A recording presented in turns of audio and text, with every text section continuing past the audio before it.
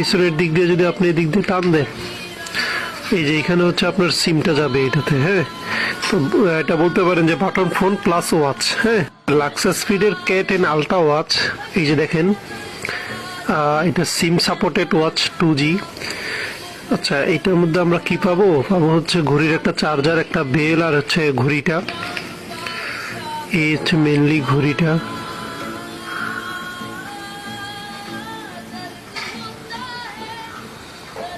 এটাতে কিন্তু সিম সাপোর্ট করে। এই যে এখানে চার্জিং ব্যাকআপ দেখতে পারবেন, সিমের স্লট এদিক দিয়ে, পিছনের দিক দিয়ে যদি আপনি এদিক দিয়ে টান দেন, এই যে এখানে হচ্ছে আপনার সিমটা যাবে এটাতে। হ্যাঁ, তো পরে সিম যাওয়ার পরে এটা লাগাই দিবেন। মোটামুটি এটা আপনার হচ্ছে বাটন ফোনের পুরোপুরি কাজ দিবে এবং হচ্ছে ওয়াচেরও কাজ দিবে।